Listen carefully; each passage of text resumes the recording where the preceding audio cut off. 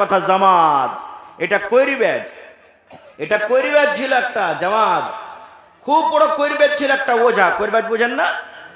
হ্যাঁ, এর আগে আমি কোন জালসাতে বলেছি, এই যে এই যুগেকার কৈরিবেজেরা যেমন মন্তর ছন্তর পড়ে, কালো কালো তুলসের পাতমা গো, কালো দরিয়ার পানি, কোথায় আছে এতনা ডাকনি, ছেঁচ দরিয়ার পানি মাগো, ছেঁচ দরিয়ার পানি। কত কৈরিবেজকে দেখবেন, এই যে সামনে আগরবাতি নিয়ে নেবে, সামনে লাড়ু নিয়ে নেবে, সামনে পেয়ারা নিয়ে নেবে, সামনে আপনার সেন্দুর নিয়ে নেবে, আর আসনের জন্য টাকাও নিয়ে নেবে, আপনারা দেখে হবেন।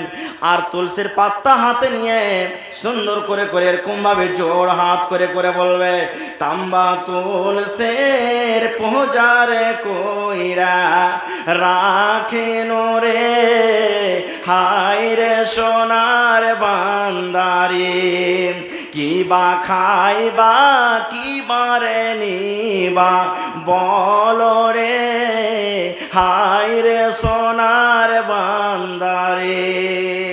রে মুসলমান, আপনি নামাজ পড়েছেন, আপনি হজ করেছেন, 10 বছর পরে মৌলভী সাহেব হয়েছেন, এই মন্ত্র পড়তে পড়তে যদি মত হয়ে যায় রে ভাই, তওবা যদি না করতে পারেন, আল্লাহর কোরআন বলছেন, দুনিয়ার মানুষ রে তুমি জান্নাত পাবে না রে, তুমি জান্নাত পাবে না, তোমাকে আল্লাহর জাহান্নাম যেতে হবে। এরকম কবিরাজ ছিল জামাত, জিন ধরা ভূত ধরা কবিরাজ ছিল। ওয়াকো মক্কার একটা লোক বলেছে, যারে খবরদার মোহাম্মদ বলে একটা ছেলে আছে, ওর সাথে তোমরা দেখা করিও না। এবার তখন একটা লোককে ধরে বলছে, এ ভাই, আমি একটা খুব বড় কবিরাজ। জামাত বলছে, জামাত লোকটার না, বলছে আমি একটা খুব বড় কবিরাজ, আমি কত কত রোগী ঠিক করেছি, চল তো আমার কাছে নিয়ে ওই মোহাম্মদের চ্যাংড়াটার কাছে, যদি হয়তো আমি যদি তার জিনটাকে ধরতে পারি।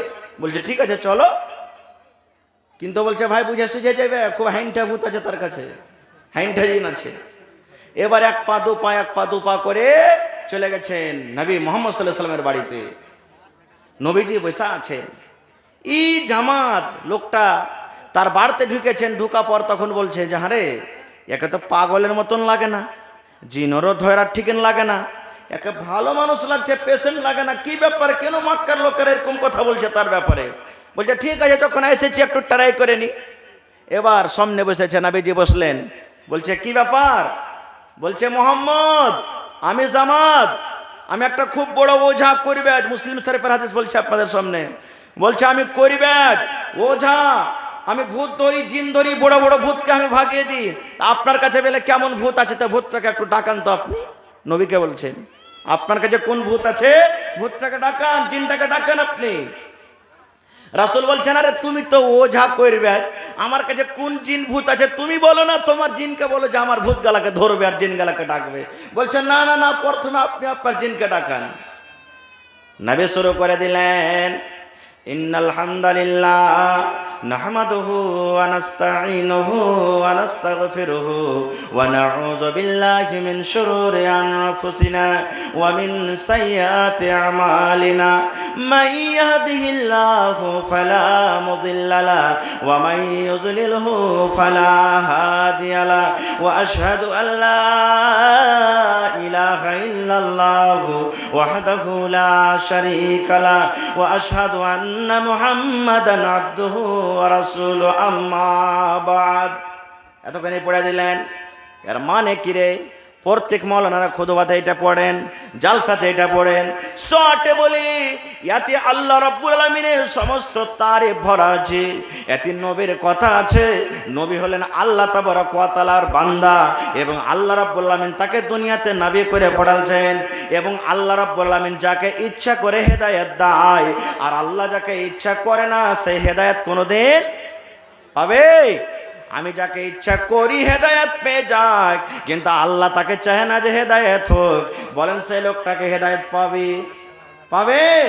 পাবে না। একটা মুসলিম শরীফের হাদিস আর শুনেলেন, এটা বুখারী শরীফের হাদিস, সহিহ হাদিস। নবীজি, আপনারা জানছেন, নবীজি যখন মায়ের পেটে ছিলেন, বাপকে নবী দেখেছেন? জোরে বলেন, বাপকে দেখেছে? দেখেনি। নবীজির বয়স যখন 6 বছর, দুনিয়া থেকে মা চলে গেলেন। দেখাশোনা কে করলেন? দাদু আব্দুল মুতাল্লিব। 8 বছরকার যখন দাদুর বয়স, দাদু চলে গেলেন, কে লালন পালন করলেন? চাচা আবু তালেব। ওই চাচা যত রকম সেবা যত্ন ভাতিজার করলেন। শেষ কথা, চাচা বুড়ি হয়ে গেছে, এখনো মুসলমান হয়নি। এবার চাচা মরছেন, ওই মরমর অবস্থাতে নবীজি চাচার কথা শুনে দেখতে গেলেন। নবীজি যদি যাচ্ছেন চাচার কাছে, মক্কার বড় বড় লোকেরা, সর্দার নেতারা চাচার পঞ্জরে বসে আছে। এবার নবীজি চাচাকে বলছেন, চাচা গো, আপনি বাবার মতো আমাকে আদর করেছেন, মার মতো আদর করেছেন, জীবনে দুঃখ কষ্ট জীবনে পাইনি। চাচা গো, মা দেখেছি, মার আদর পাইনি। আব্বা চোখে দেখিনি, আব্বা আমার কেমন ছিলেন? মা যদি হন তাও আপনি, বাবা যদি হন তাও আপনি। মায়ের মতো আদর দিয়েছেন তাও আপনি, বাবার মতো আদর দিয়েছেন তাও আপনি। চাচা গো, এখন আপনি কালেমা পড়া মুসলমান হননি গো চাচা। এই শেষ টাইমে, শেষ বেলাতে একবার কালেমা পড়ে মুসলমান হয়ে যান। একবার যদি আপনি কালেমা পড়ে মুসলমান হয়ে যান, তাহলে আল্লাহ রব্বুল আমিনের দরবার আমি দোয়া করব। আল্লাহকে বলবো, রব্বুল আমিন, আমার চাচা জীবনে কোনোদিন নামাজ রোজা করতে পারেনি আল্লাহ জি, কিন্তু শেষ টাইমে, শেষ সমাধি আমার চাচা কালেমা পড়ে মুসলমান হয়েছে। এই জন্য আল্লাহ দয়া করে আমার চাচাকে তুমি জান্নাত দিয়ে দাও, আপনার জন্য আমি সুপারিশ করব। কিন্তু চাচা গো, যদি আপনি কালেমা না পড়েন, যদি আপনি বেঈমান হয়ে মুশরিক হয়ে যদি মারা যান, দুনিয়া থেকে চলে যান, তাহলে আপনার জন্য আল্লাহর দরবারে আমি সুপারিশ করতে পারবো না গো চাচা, পারবো না। এবার বড় বড় মক্কার নেতারা বলছে, আবু তালেব খবরদার, শেষ টাইমে শেষ সময়তে ভাতিজার কথা শুনবি না, বাপ দাদার ধর্মকে ছাড়বি না খো। নবীজি বারবার বলতে থাকেন, চাচা গো, বেঈমানের জন্য, মুশরিকের জন্য আল্লাহ রাব্বুল আমিন সুপারিশ করা কিয়ামতের দিন আমার জন্য হারাম করে দিয়েছেন। আল্লাহ জান্নাতকে হারাম করে দিয়েছে তার জন্য। এই জন্য চাচা কালেমা পড়ে মুসলমান হয়ে যান। যদি আপনি কালেমা পড়ে মুসলমান হয়ে যান, তাহলে আপনার জন্য আল্লাহর দরবারে আমি সুপারিশ করতে পারবো।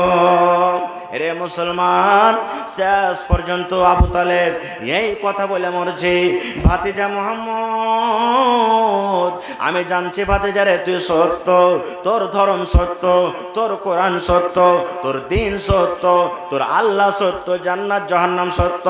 কিন্তু ভাতিজা রে, আমি যদি আজকে মুসলমান হয়ে যদি মারা যায়, মক্কার লোকেরা আমাকে গালি দেবে, আমার বাপকে গালি দেবে, আমার বংশকে গালি দেবে, আর বলবে, দেখো দেখো রে আবু তালেব, মৃত্যুর সময়তে বাপ দাদাদের ধর্মকে বাদ দিয়ে অন্য ধর্ম, ভাতিজার ধর্ম পড়ে কালেমা পড়ে মুসলমান হয়েছে। এই জন্য আমি কালেমা পড়ে মুসলমান হব না। আমার বাপ দাদারা যেই ধর্মে মারা গেছে, আমি আবু তালেব ওই ধর্মে আমি মারা গেলাম। আবু তালেব মুসলমান হয়ে মারা গেল না মুশরিক হয়ে? জোরে বলেন। নবীজির চোখের কোনা দিয়ে ঝরঝর করে পানি ঝরতে শুরু হয়েছে। সাহাবীরা বলছেন, আবে গো, চাচা মারা গেছে, এই জন্য আপনার দিলে দয়া হয়ে গেল, কলেজা ফেটে গেল, বুক ফেটে গেল, এই জন্য কান্দেন। দয়ার নবী বলছেন, সাহাবীরে, মত হায়াত আল্লাহর কাছে রে, একদিন দুনিয়াতে এসেছি, একদিন দুনিয়া থেকে যেতে হবে।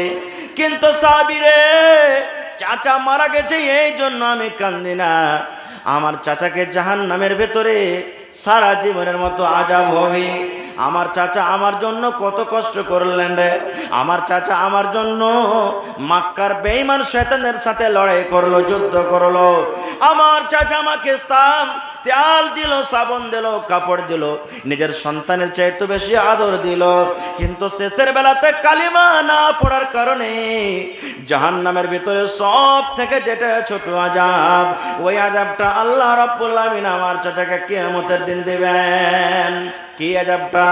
আল্লাহ রাসূল বললেন, আমার চাচাকে রব্বুল আলামিন কিয়ামতের দিন পায়ে আগুনের জুতা পিন্দিয়ে দিবেন। আজকে আমরা চাপ্পল পিন্দি চামড়ার, আজকে জুতা পিন্দি চামড়ার, আজকে আমরা লাইলনের জুতা পিন্দি, যেন কাপড়ের জুতা পিন্দি, যেন পায়ে ঠান্ডা না লেগে যায়। নবী বললেন, সাহাবীরা, আল্লাহ